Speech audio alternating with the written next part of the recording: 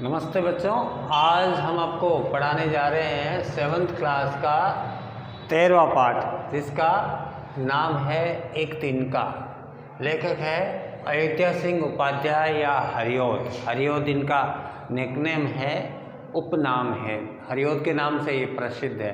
बच्चों, सबसे पहले हम बात कर लें शब्दार्थों के बारे में। तो शब्दार्थ एक एक करके आपको अपनी कॉपी में लिखना है और साथ साथ याद भी करना है। घमंड का मतलब होता है अभिमान, और मुंडेर का मतलब छत, अकस्मात यानी अचानक, तिनका का मतलब सूखी घास जो होती है उसको, उसका एक तिनका होता है ना, वो तिनका। झिझकना का मतलब होता है संकोच करना। बेचैन का मतलब होता है दुखी। ललाई होना यानी लाल होना, किसी चीज़ में हल्का लाल लाल का रंग आता है उसको। मूठ का मतलब होता है कपड़े की तय की हुई एक पट्टी। और ऐंठ का मतलब होता है घमंड। बहुत पर्याप्त, ताने, उल्हाने, ढब का मतलब होता है तरीका। एक तिनका पाठ में हरिऔध जी ने लिखा है, मैं घमंडों में भरा ऐंठा हुआ एक दिन जब था मुंडेर पे खड़ा, या अचानक दूर से उड़ता हुआ एक तिनका आँख में मेरी पड़ा। मैं घमंडों से भरा ऐंठा हुआ एक तिनका था। एक दिन था जब मैं मुंडेर पे खड़ा हुआ था, अचानक दूर से तेज़ हवा आई और हवा आते ही एक तिनका मेरी आँख में गिरा। ये वसंत पाठ से लिया गया एक तिनका, जिसके रचयिता है अयोध्या सिंह उपाध्याय। और कवि ने यहाँ ये बताया है कि एक तिनका है वो एक व्यक्ति की आंख में गिर जाता है। यानी कवि कहता है कि मैं अपने मकान की छत की मुंडेर पे खड़ा था और अभिमान से भरा हुआ था, घमंड से भरा हुआ था। दूर से उड़ता हुआ एक अचानक तिनका मेरी आंख में आके गिरा। मैं झिझक उठा, हुआ बेचैन सा। मूठ देने लोग कपड़े की लगे, लाल होकर आँख भी दुखने लगी। ऐंठ बेचारी दबे पाँव भाग चली। यानी यहाँ कवि एक तिनके से आँख में होने वाले कष्ट के बारे में बताते हुए कहता है कि मैं तिनका गिरने से परेशान हो गया और तिनके के बहुत देर तक आँख में रहने के कारण मेरी आँख लाल हो गई। लोग कपड़े की तह बना करके आँख को सेकने लगे। गर्म हवा देते हैं ना मुंह से अपन, जैसे मान लो कभी कोई बच्चे की आंख में कुछ गिर जाता है, वो मम्मी के पास जाता है और मम्मी उसकी अपनी साड़ी से एक ऐसा मुट्ठी में साड़ी को भींच करके और गर्म हवा, मुंह की हवा देख करके सेकने लगते हैं ना, उसी प्रकार सेकने लगे।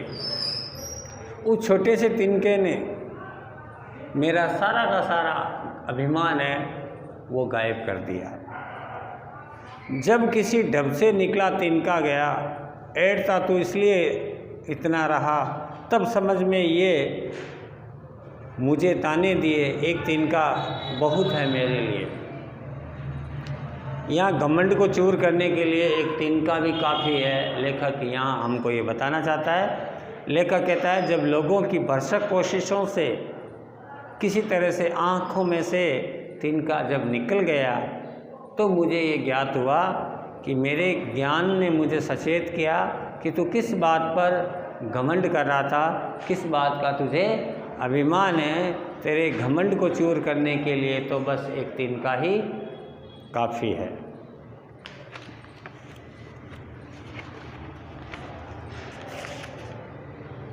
तो बच्चों, एक छोटी सी कविता थी। इसमें हमें ये कविता से ये शिक्षा मिलती है कि हमें घमंड नहीं करना चाहिए, क्योंकि हमारा घमंड जब हम करते हैं तो हमारे गर्व से हमें अपने आप को बहुत हवा में उड़ने लगते हैं। तो हमें ऐसा ध्यान रखना चाहिए कि एक छोटा सा हवा का झोंका आता है और उसमें से एक तिनका आता है, वो भी हमारे घमंड को दूर कर सकता है। तो हमें न किसी को बुरा बोलना चाहिए, न हमें घमंड भरी बातें करनी चाहिए, क्योंकि घमंड तो कहते हैं ना कि जिसके पास सोने की लंका थी, राजा रावण का भी नहीं चला, तो हम तो एक आम आदमी हैं। तो हमें छोटी छोटी बातों के लिए कभी घमंड नहीं करना चाहिए, चाहे हमारे पास बहुत सारा पैसा हो, चाहे बहुत सारा ज्ञान हो, बहुत होशियार है तो भी हमें कभी घमंड नहीं करना चाहिए, क्योंकि घमंड इंसान को 1 सेकंड में नीचे लाके खड़ा कर सकता है। तो समय कहते हैं ना, तुलसीदास जी ने भी कहा है, तुलसी नर का क्या बड़ा, समय बड़ी बलवान, यानी समय ही सब कुछ होता है और समय इंसान को धरती पे ला देता है। तो हमें कभी भी घमंड नहीं करना चाहिए, क्योंकि हम ही इस संसार में नहीं हैं, हमारे से बढ़कर बहुत सारे लोग हैं। तो इस पाठ से हमें ये शिक्षा मिलती है कि हमें किसी भी तरह का घमंड नहीं करना चाहिए। तो बच्चों, इसके कुछ सवाल मैं आपको लिख देता हूँ, करवा देता हूँ, तो आप करें। प्रश्न नंबर 1 लिखिए।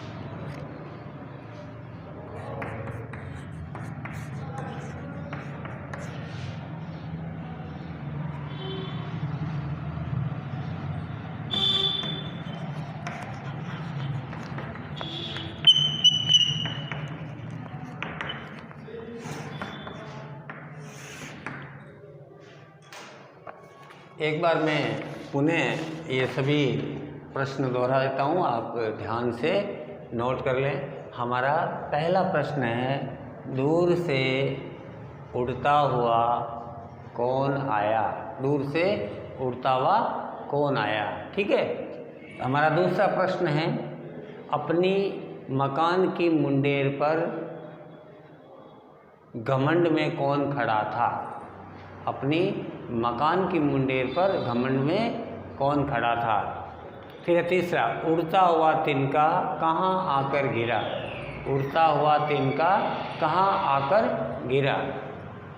चौथा प्रश्न है, कवि के आँख में क्या हुआ। कवि के आँख में क्या हुआ, ये इसका उत्तर लिखना है। पांचवा प्रश्न है, कवि के समझ में क्या आया। कवि के समझ में क्या आया। छठा प्रश्न है, समझ ने मुझे ताने दिए। समझ ने मुझे ताने दिए का अर्थ क्या होता है। इन सभी प्रश्नों के उत्तर आप बिल्कुल एक एक लाइन के उत्तर है बच्चों।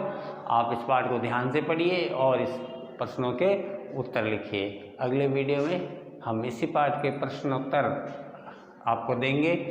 तब तक के लिए धन्यवाद।